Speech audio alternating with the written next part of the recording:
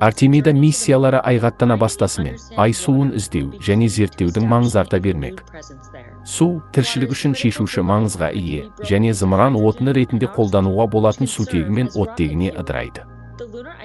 Morehead университеті басқаратын Lunar Ice Cube миссиясы айдағы су мұзын зерттеу үшін НАСАның Birches аспабын ала ұшады.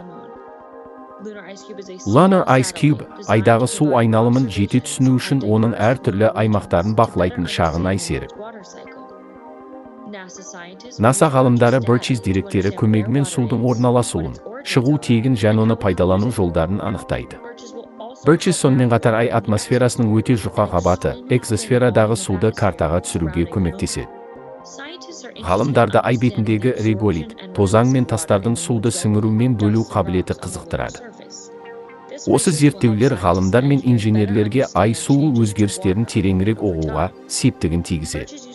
Birches Bennu астероидын зерттеген OSIRIS-REx миссиясында қолданылған технологияға ұқсас. Дегенмен Birches OSIRIS-REx аспабымен салыстырғанда 6 есе жеңіл және майлы қорапшасындай-ақ. Lunar Ice Cube ғарыш аппараты мен Birches аспабы Artemis 1 миссиясының қосымша жүктемесі ретінде ұшырылып, ай бетін зерттейтін болашақ ұшқышты миссиялар жолын ашуға көмектеседі.